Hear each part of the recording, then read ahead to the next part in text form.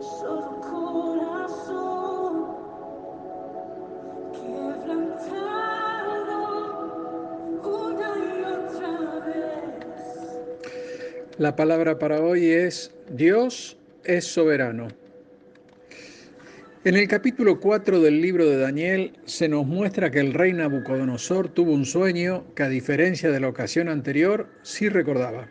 Pero le intrigaba su significado y el mismo sueño concluyó espantándolo y turbándolo, e hizo traer a todos los sabios de Babilonia para que le interpretasen el sueño y ninguno pudo darle una explicación adecuada. El sueño no encerraba grandes dificultades. El rey había visto un árbol que le llamó la atención por su tamaño, por su belleza y por su fruto.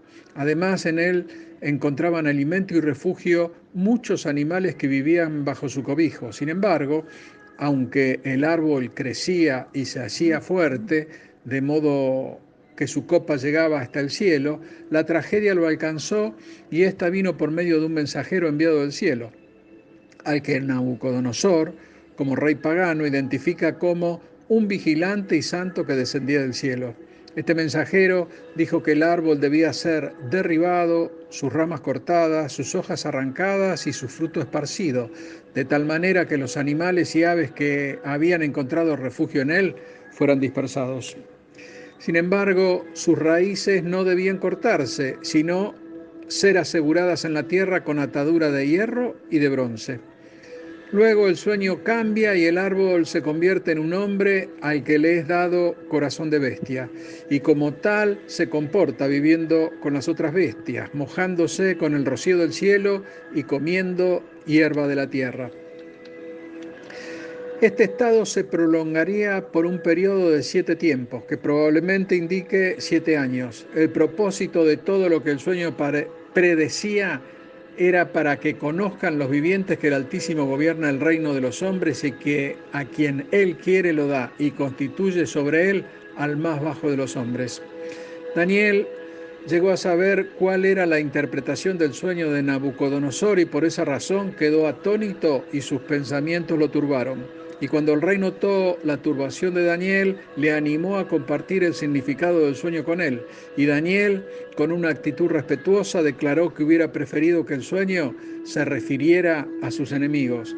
Señor mío, le dijo, el sueño sea para tus enemigos y su interpretación para los que mal te quieren. La situación en la que Daniel se encontraba no era fácil. El mensaje que tenía que comunicar al rey de parte de Dios implicaba que iba a ser degradado al nivel de una bestia. Se requería un valor excepcional para darle una interpretación completa del sueño, pero Daniel era un profeta fiel que no iba a ocultar absolutamente nada al rey.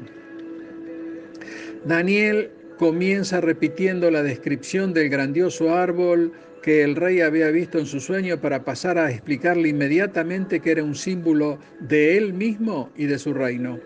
Al igual que el árbol, su reino se había extendido y consolidado bajo su liderazgo, de tal modo que su imperio había llegado a ser el más grande de todos los tiempos. Por lo tanto, esta primera parte del sueño no causó ninguna preocupación en el rey. Es más, se enorgulleció al considerar la grandeza de su reino. Pero el problema de todo esto y lo que realmente provocó el juicio divino es que Nabucodonosor mantenía una actitud orgullosa y altiva, a tal punto que tenía la intención de reemplazar a Dios. Este árbol que se veía y se hacía fuerte y su copa llegaba hasta el cielo, le llevó a enorgullecerse y ser aún más arrogante. El hombre no está preparado para recibir gloria y cuando esto ocurre, con toda facilidad se envanece y se llena su orgullo para su propia destrucción. El libro de Santiago 4:6 nos dice, Dios resiste a los soberbios y da gracia a los humildes, reconociendo un principio a través del cual el Señor trata con los hombres y humilla a los soberbios, exaltando a los humildes. Por eso, cuando una persona se enaltece por encima de sus semejantes y en su orgullo llega a pensar que está al mismo nivel que Dios, entonces su caída está próxima. De esta forma, vemos que Dios no está dispuesto a compartir su gloria absolutamente con nadie. A continuación llegan las malas noticias. El encargado de hacerlas llegar es un vigilante y santo que descendía del cielo.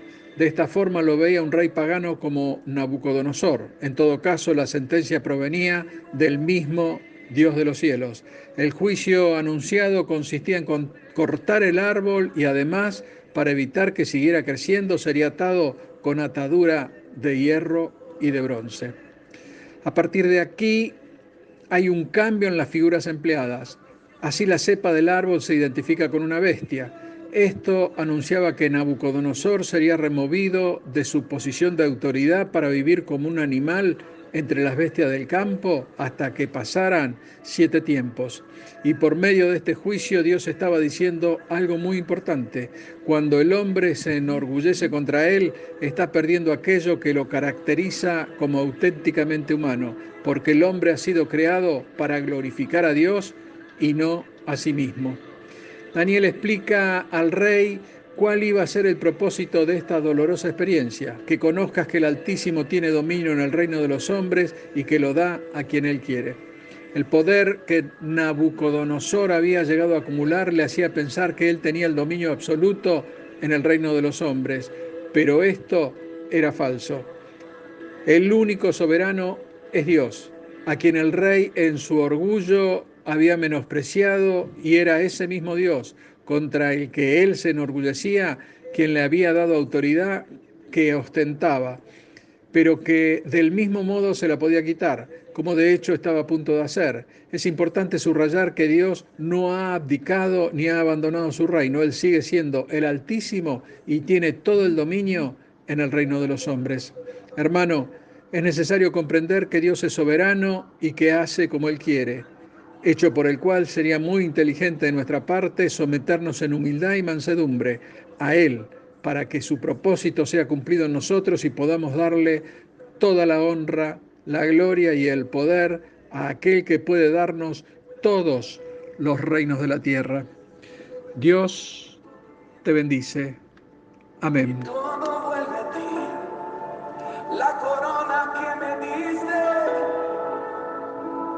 necesito darte, entregarte y reconocerte.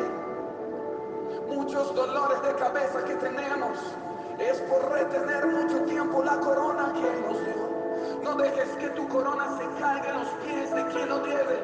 No dejes que tu corona se caiga delante de otros, que no sea el Rey de Reyes y Señor de Señores. Diga, yo solo me inclino ante ti. Nadie me perdona.